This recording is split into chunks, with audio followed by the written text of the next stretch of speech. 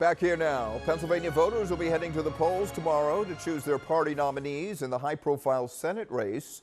Democrats are hoping to flip the seat, and right now Lieutenant Governor John Fetterman is the leading candidate, while on the Republican side, things are heating up with a three-way tie.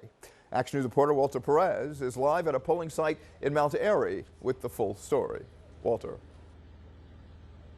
Hi, Rick. Well, if nothing else, this primary has been interesting, highlighted this weekend by one candidate suffering a medical emergency and another making a late surge.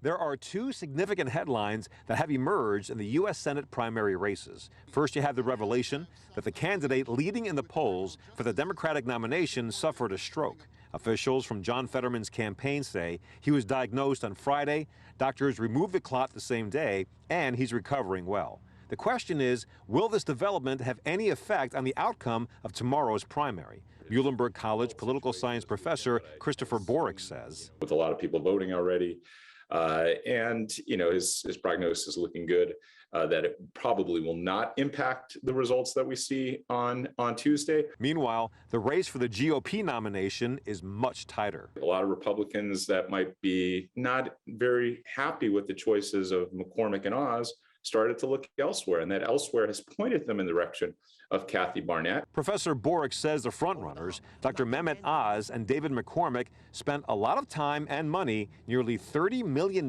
combined, tearing each other down, and it apparently worked. And Kathy Barnette has filled that void to make the Republican primary race a three-way dead heat. It's incredibly close.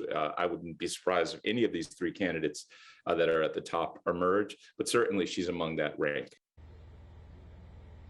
So once again, primary day is tomorrow. For those voting in person, polls open at 7 a.m. They close at 8 p.m. Reporting live from East Mount Airy, Walter Perez, Channel 6 Action News.